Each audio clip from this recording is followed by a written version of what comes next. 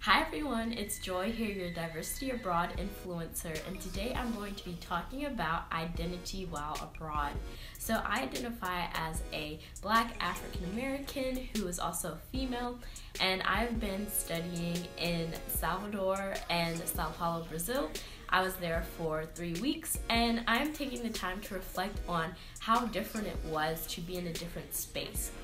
So if you're familiar with the cities in Brazil, Salvador is home to the largest African descendant population outside of Africa, and Sao Paulo is a city that encompasses many diverse immigrant populations, including but not limited to Europeans, Japanese, and many more different types of people. So that was a very diverse city. So to begin with, in Salvador, I was not a minority, which is different from here in the US where I am a minority. So I felt very welcomed in Salvador. I felt like I blended in, except when they found out I couldn't speak Portuguese, but that was very different for me.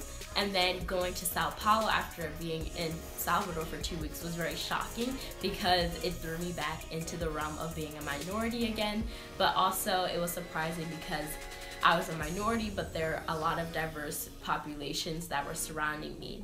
Another thing that I found very different was that in Brazil, many of the people who identify as Black are low income and don't really go into the spaces that we were in as tourists.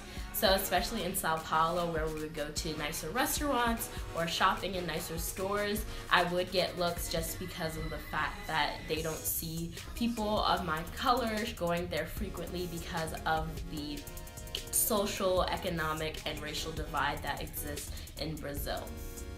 In addition to identifying as a Black African American, I also identify as a woman. So being a woman abroad is always difficult in some sorts because of safety mainly. Different places, you definitely want to be with someone and never go alone, especially if you're new to a country, but especially as a woman. And I would see guys in our group going different places alone just because they had that privilege of being a man and that they wouldn't be targeted as much as a woman would be walking alone.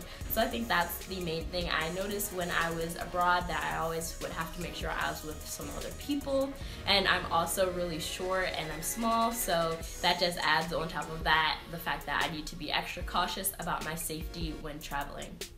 I also identify as an American. I'm from the US, and countries abroad have perceptions and stereotypes about people from the US that you'll experience regardless of where you go. So being in Brazil, people would always ask where I was from. They would ask if I was Brazilian, and I would say that I was from the US, and some people would be surprised. I'm not sure if they didn't know that the US had Black people or knew that Black people in the US had the mobility to travel, but there was some sort of surprise when I would say it versus students who were Caucasian that would say they're from America. People assumed that I was from Latin America or different places, so that was really interesting for me to experience, not just being assumed that I was from the US, but sometimes people did catch on as we were speaking English everywhere that I was from the US. Also, people may assume that Americans are easily People might assume that Americans are easy to take advantage of, so different things like going in Ubers. You have to be careful when you're speaking English because the Uber driver might take a route that will add money, shopping in stores, and things like that. Just speaking a different language other than the native language sets you out apart, and people might take advantage of that. So it's important to make sure you learn a little bit of the language so you don't have to experience as much of that.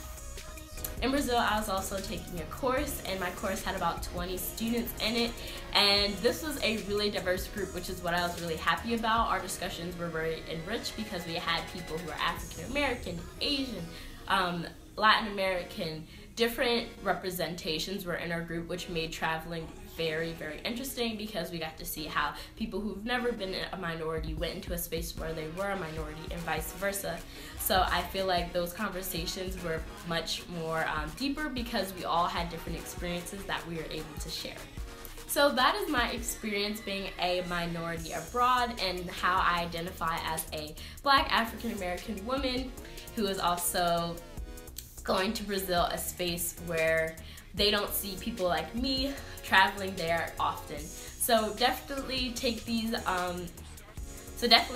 points into account if you are traveling abroad, and also take time to reflect on your identity and how that is influencing your travels abroad. Thanks guys, and I hope you guys check out my other videos on Brazil on my channel, and follow Diversity Abroad on all of their platforms at Diversity Abroad. Bye!